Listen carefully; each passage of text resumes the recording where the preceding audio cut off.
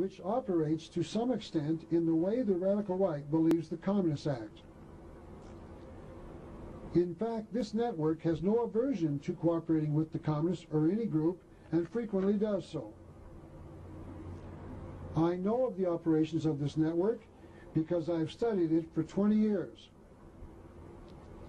and was permitted for 2 years to examine its papers and secret records. I have no aversion to it or most of its aims, and have for much of my life been close to it or to many of its instruments. I have objected both in the past and recently to a few of its policies, but in general my chief difference of opinion is that it wishes to remain unknown, and I believe its role in history is significant enough to be known. Now let me analyze just what he said and how it impacted on the life of President Bill Clinton. Dr. Quigley wrote, "There does exist and has existed for a generation an international Anglophile network." Here Quigley was stating that there was an Anglophile network that had been around for some 40 or 50 years. As I said, the word Anglophile means that the network is primarily English, which operates in the way the radical right believes the Communists act. I guess that I am a member of what Quigley refers to as the radical right. I believe in the conspiratorial view of history, and I believe that this conspiracy controls communism. Dr. Quigley is saying that this network operates as a communist network, and since I agree with him, he calls me a radical. Continuing with Quigley's quote, he said, "In fact, this network has no aversion to cooperating with the Communists, and frequently does so." Quigley went on page 954 of his book, to say this: "It was this group of people who provided much of the framework of influence with the communists, which the communist sympathizers and fellow travelers took over in the United States in the 1930s.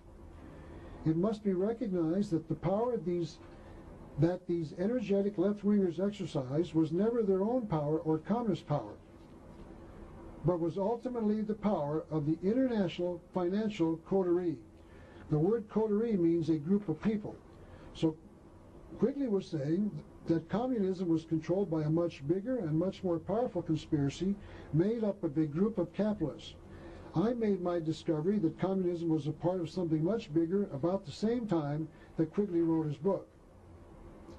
I first started figuring this out in 1963, but didn't know that the communists were controlled by a capitalist conspiracy until maybe about 1968. I first read Quigley's book probably in about 1970, so he confirmed what I already believed. I want to make the point very clear. Communism has been created by, controlled by, and sustained by what the world calls capitalism ever since 1848, when Karl Marx was hired by the very wealthy capitalists of his day to write the Communist Manifesto. So Quigley is telling the world what anyone can find out if they only do a little research. Quigley continued, "I know of the operations of this network because I have studied it for 20 years. Here Quigley is saying that he first became aware of this conspiracy around the end of World War II. Quigley continues, "and was permitted for 2 years in the early 1960s to examine its papers and secret records." Quigley is telling his readers that this network wanted him to make their existence public and invited him into their papers and secret records so that he could document its existence from their own materials. It is important at this point to point out that this network was admitting that they were a conspiracy because the word conspiracy is defined as 2 or more people meeting in secret for an evil or illegal purpose. So Quigley was helping to expose a conspiracy at their own request. Quigley continues, "I have no aversion to it or most of its aims, and have for much of my life been close to it or to many of its instruments." Here Quigley is taking a rare and extremely unusual step. He is admitting that he has no problems with what this conspiracy is or has been doing. Dr. Quigley tells us what the goal of this conspiracy is on page 324 of his book. The powers of financial capitalism, meaning these conspirators, had another far-reaching aim, nothing less than to create a world system of financial control in private hands, able to dominate the political system of each country and the economy of the world as a whole. He went on to explain how this system would work. This system was to be controlled in a feudalist fashion by the central banks of the world acting in concert, by secret agreements arrived at in frequent private meetings and conferences. Notice that the conspirators want the world to be operated in a feudalist fashion. Feudalism is defined as an economic, political, and social system in medieval Europe in which land worked by serfs who were bound to it was held by vassals in exchange for military and other services given to overlords.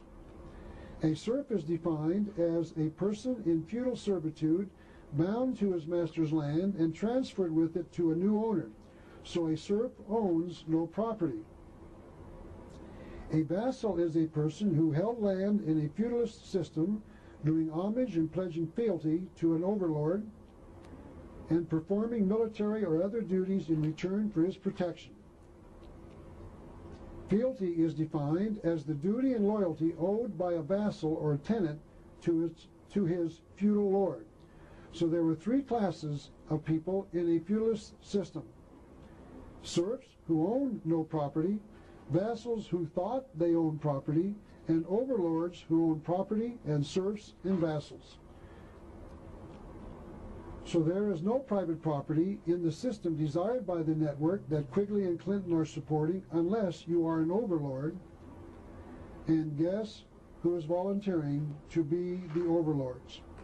Notice that the overlords own the land and we work on it for them.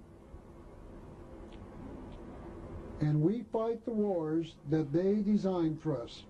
And this is precisely the system that Dr. Quigley tells us that this conspiracy has been striving for as they cause major wars, revolutions, and depressions all over the world. And remember this: Bill Clinton supports the goals of this conspiracy. I have studied this conspiracy for some 30 years and must admit that Quigley's admission that he supports an evil conspiracy is the only one that I have ever found in such detail from someone inside the conspiracy. There are many historians who have discovered the existence of this conspiracy, but all that I know have been in opposition to it. Finding an historian who will admit to supporting this evil conspiracy is rare indeed. Dr. Quigley continues, I have objected both in the past and recently to a few of its policies. But in general, my chief difference is that it wishes to remain unknown, and I believe its role in history is significant enough to be known. So this is why Quigley entitled his book, Tragedy and Hope. Apparently he felt that it was a tragedy that they wished to remain unknown, but that they were the hope of the world. So Professor Quigley knows there is a conspiracy, and Quigley taught Clinton. And this conspiracy made Clinton president of the United States. And if you want to know how it is possible to know that Bill Clinton bought into the conspiracy and that we can know that he too has no aversion to it, you need to read my booklet entitled The Clinton Conspiracy. All of what I've just covered about Clinton's speech and his connection to Carroll Quigley is available in this little booklet. If I could get the American people to read this booklet, it would be enough to save this nation from this conspiracy. But it is not likely that more than a handful will read the truth so that they can understand just who Bill Clinton is and where he came from. It might be helpful to show you an example of how this capitalist conspiracy uses the communist conspiracy. This is Diego Rivera, an internationally known painter and muralist who was born in 1886 and died in 1934. In 1933, Mr. Rivera was hired by a well-known American capitalist to paint a large mural in one of the buildings in a newly constructed complex of skyscrapers in New York City. That capitalist was Nelson Rockefeller, the brother of David Rockefeller and the grandson of the man who made their fortune, John D. Rockefeller. And the complex he was to paint the mural in was the RCA building in the Rockefeller Center in New York City. Mr. Rivera nearly completed the mural when there was a public outcry against it, and Nelson Rockefeller made the decision to destroy it. This is a rather poor quality newspaper photo of the nearly completed mural taken just before it was destroyed. And this is the reason that the mural had to be destroyed. This is an actual photograph of the portrait that Mr. Rivera painted in the mural of Nikolai Lenin, the murderer of some 40 million Russians in the Communist Revolution in Russia. Mr. Rivera had painted his portrait in his mural in the Rockefeller Center, owned by the wealthiest capitalist of the day. Right after the scandal created by the destruction of the mural, Mr. Rivera painted a similar mural in Mexico City, Mexico, at the Palace of Fine Arts. This is a photograph of the completed mural. All of these photographs and the story concerning all of Mr. Rivera's work are contained in this book entitled Diego Rivera's Murals at the Rockefeller Center. Now this is the portrait of Lenin in this second mural. Don't forget that Lenin was a brutal communist dictator, but Mr. Rivera felt that he was a man of unequaled quality. And in this section of the mural, he included the portraits of Karl Marx on the right, Frederick Engels to his right, and Leon Trotsky on the left with the glasses. Karl Marx and Frederick Engels were the so-called fathers of communism, and Leon Trotsky was a fellow murderer with Nikolai Lenin, because the two of them created the bloody Communist Revolution of 1917 in Russia. And Diego Rivera painted their portraits in his mural in Mexico City.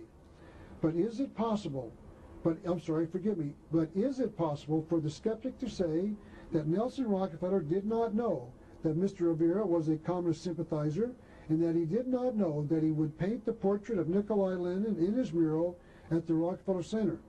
But that just is not true because of two reasons. Rivera had submitted a sketch of the mural to Nelson prior to his being commissioned to paint the mural, and that sketch contained the portrait of Nikolai Lenin. That means that Nelson knew that the mural would have a picture of Lenin in it before it was painted.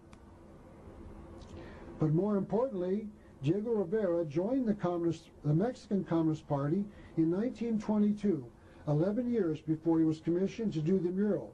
In fact, Mr. Rivera became a staff member of El Machete, the newspaper of the Communist Party of Mexico.